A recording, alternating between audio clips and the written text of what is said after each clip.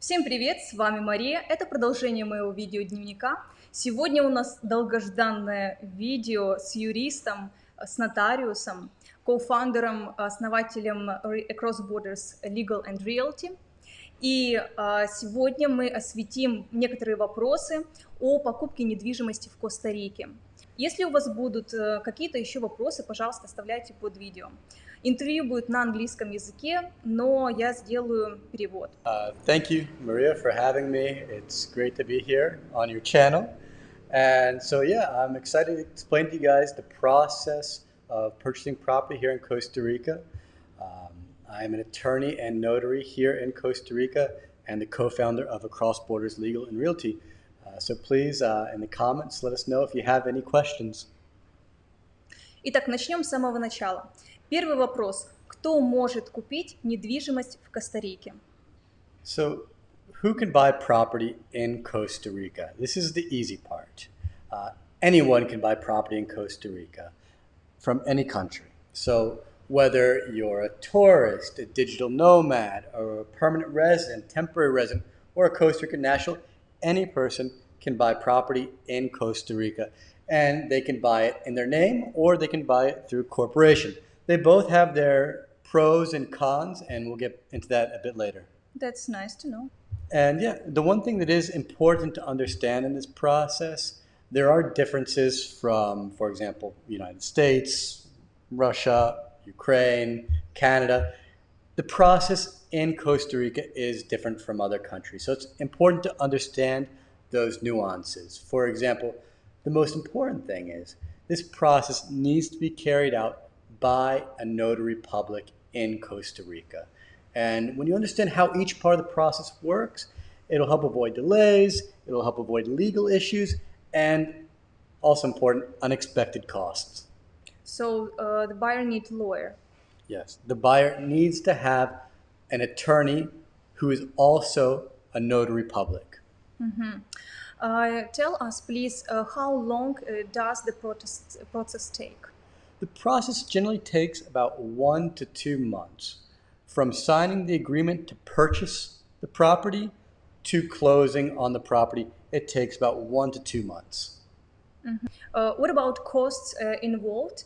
And can you break for us some moments?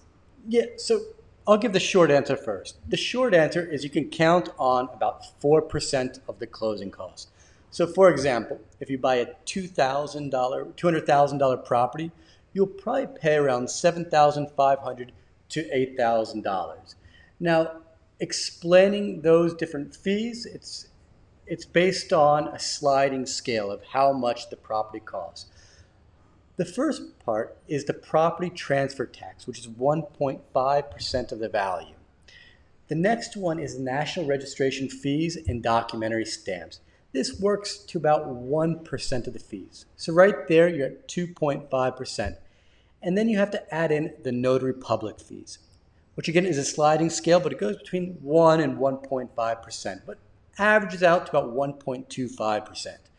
And then you also have to take into account other fees too, like for example, escrow fees, if you get a survey, a home inspection, those add on to the cost, but generally it works out to about 4% of the sale. What are some key things should buyer know when he buy property? So first off, Costa Rica has a very formal registration system when it comes to property rights. So it is quite unique in that way. And the buyer really needs to be proactive. The first thing is, with your real estate attorney, you need to make sure the property is titled and registered in the National Registry. So every property has a unique identification number, which they call folio real. And also, your real estate attorney needs to know if there are any restrictions, who the owners are, if there are any easements, any restrictions at all that could apply to the property, you should be aware of them. Another thing that the buyer needs to understand too is if all the taxes and municipal charges are fully up to date. For example, municipal property tax, if it's an expensive home, the luxury home tax, garbage collection fees, if you buy it in a condominium, there are HOA fees. So all of those you need to take into account. Also, you need to understand the physical status of the property. You need to make sure that the boundaries match the registered map. And also, you have to understand how the property is supposed to be used. So for example, some people buy condominiums, other people buy farmland, other people buy property in Maritime Zone, and each one comes with its restrictions. And it's important that your real estate attorney explains the restrictions for whichever property you end up purchasing. And another thing also that we recommend is that buyers set up an escrow account. It's very important to have that third person neutral party to manage the funds of the purchase of your property. You mentioned Escrow. Can you explain, please, what is this and for what? Why we should use it? Why buyers should use it? Yeah, I think escrow is a central role in the Costa Rican property purchasing process, especially for foreign buyers, and for a few reasons. First, it's a secure holding of funds. It's a neutral third party. They don't work for the seller, and they don't work for the buyer, and they don't work for the real estate agents. And so the funds go from the buyer to this escrow company, which holds the funds, and the buyer and seller sign an agreement that states what each parties have to fulfill so that there is a proper closing. And once all the details are fully met in the escrow agreement, then the escrow company will release the funds. So the seller knows that the buyer has the funds in place and ready, and the buyer knows that the funds will only be released once the property is transferred and the title is clean. So let's focus on closing process. Can you please walk us through all steps of closing? Yeah, so in Costa Rica, the common process we use is a property title transfer, which is recorded with the National Registry. And like we mentioned before, it has to be done with a Costa Rican notary public.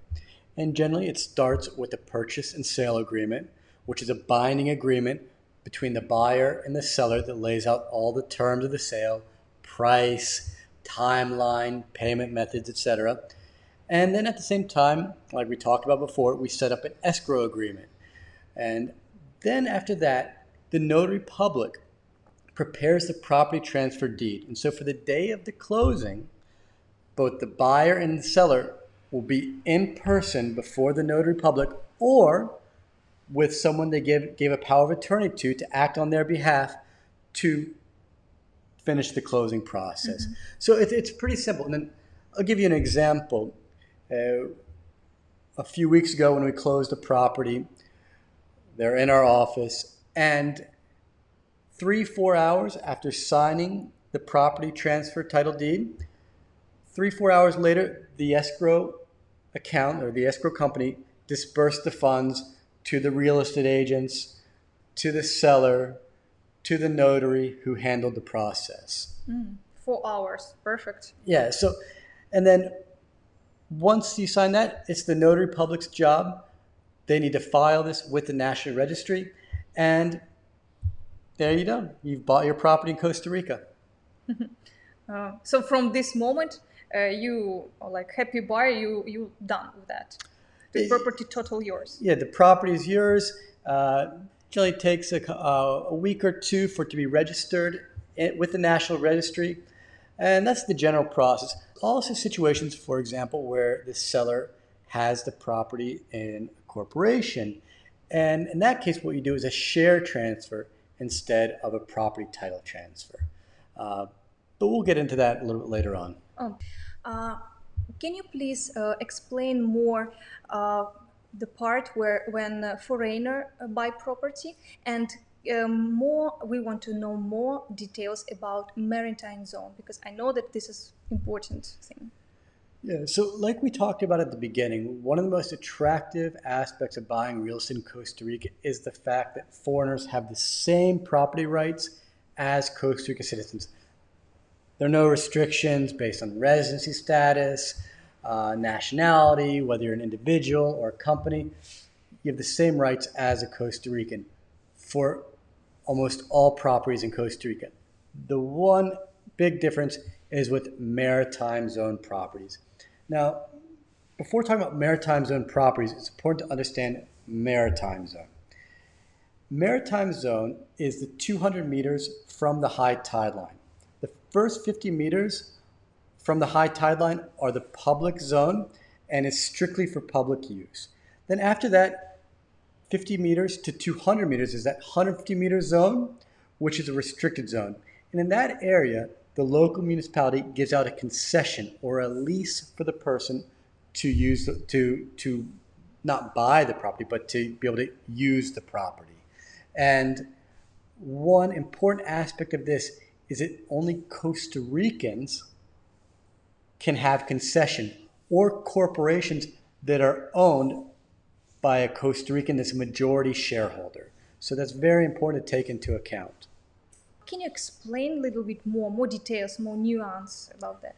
Yeah, so again, like if you have a beachfront property that you're interested in purchasing, you'll need to make sure that everything is in order and that it's a concession. You're not buying the property. You're getting a concession to use and enjoy the property. And it's only for Costa Ricans and foreigners who hold a legal residency for at least 5 years. And so it's very important that you do your due diligence for properties in the Maritime Zone and work with an attorney that is used to handling Maritime Zone properties, because it does come with its own nuances. A lot of nuance, a lot of important things. Yeah, it's like not everybody knows that. I can imagine a lot of people want to buy property with ocean view.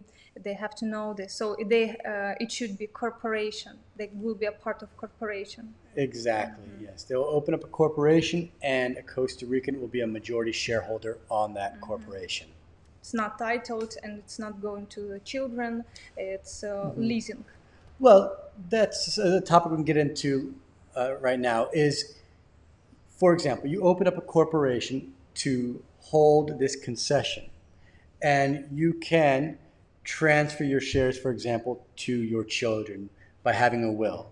So you can transfer that property to your children or that concession to your children. So we have option with this. Okay. Continue with title property. Tell us, please, what are the main ways when people can title property in Costa Rica?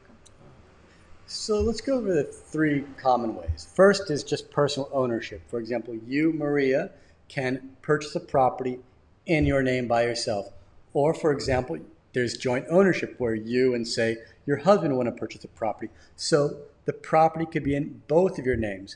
And the other one is, which we touched on a bit earlier, was corporate ownership. And the 2 most common structures is the Sociedad Anónima, which is your standard corporation, or a Sociedad de Responsabilidad Limitada, which is like an LLC. Now, there are benefits to both.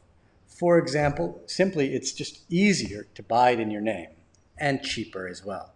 However, if you purchase it through a corporation, it does give you more legal protection. It separates your personal assets from the corporate's personal assets. So for example, a lot of people that have Airbnbs, they want to rent it out, they like to have what they own personally separated from the house they're using, for example, to make rental income. And the 2 corporations, they do have their differences, or the 2 structures have their differences. For example, the Sociedad Anónima, you need more people because you need a president, a secretary, a treasurer, while with the Sociedad de Responsabilidad Limitada, or the LLC, you just need 1 manager. So it's simpler. And the Sociedad Anónima, you have shares, while with the Sociedad de Responsabilidad Limitada, you have quotas. And there are other differences there, but we can get to that. We can get into that in another video. One thing also to take into account when we talk about opening up a corporation is that involves cost. Cost setting it up generally runs between $800 to $1,200, but also there are yearly costs, annual costs you have to take into account. For example, you'll have to pay a company tax if it's an inactive corporation. You have to pay around $130 a year. You have to pay an education and culture stamp, which only runs about $10 a year. If you don't have anybody that's a resident or Costa Rican on the board of directors, you'll need to have a resident agent, and that generally runs about $280 a year. And there are also two other things. There's what they call a shareholder declaration, or a transparency and final beneficiaries register.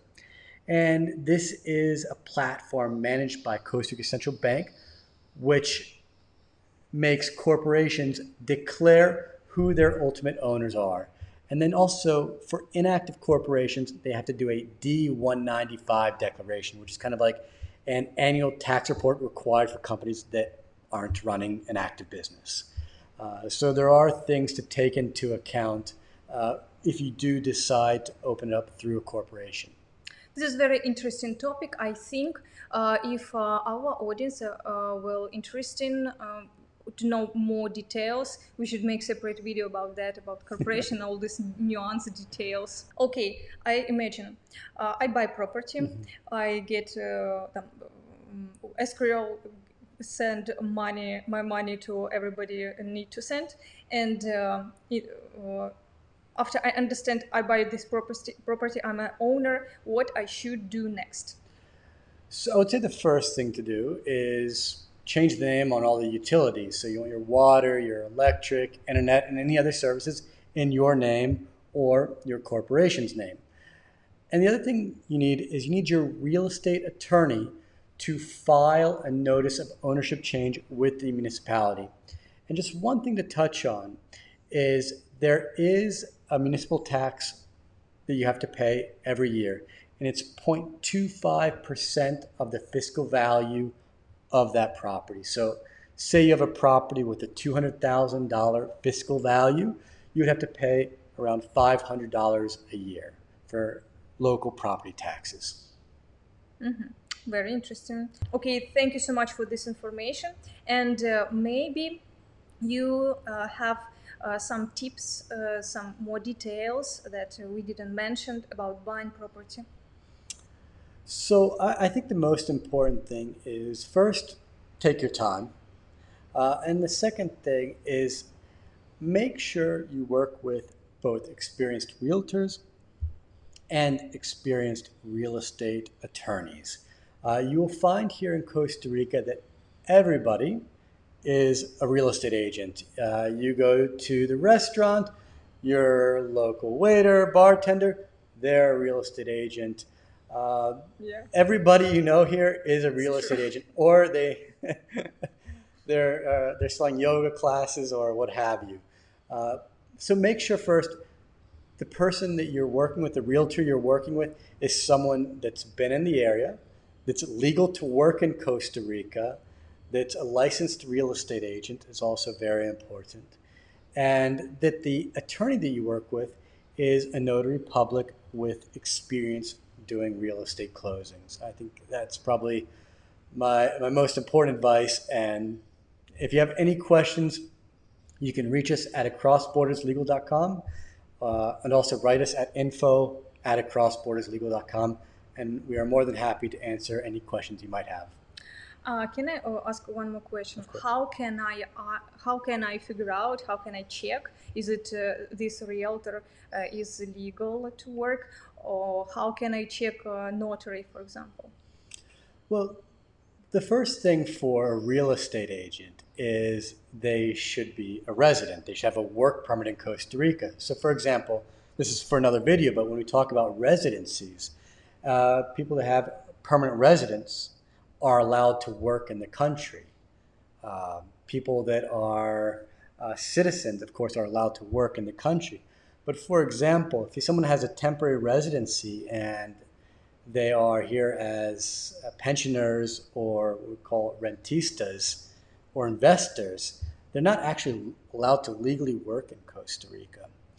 And the other one is it's not a requirement, but it is good if they have a real estate, if they're part of the real estate board here. There are two, and it's not a legal requirement, but it's also, you want someone that's got experience and it's willing to go through and get the workshops and be a certified real estate agent. And one actual legal requirement is that the real estate agent is registered with SUHEF. And you can check that out online. I guess you're going to link to our full video on this where I go into detail about the closing process, and we can explain all that to you guys. В общем, это была наша беседа, интервью с юристом и нотариусом Тед Гудман. И, пожалуйста, какие-то у вас будут вопросы, пишите под видео. Я думаю, что мы можем раскрыть практически любые темы касательно недвижимости и покупки недвижимости, а также как легально оставаться в стране и какие есть пути для иностранцев. Спасибо, что досмотрели до конца. Подписывайтесь, ставьте лайк и до новых встреч. Thank you, Marie.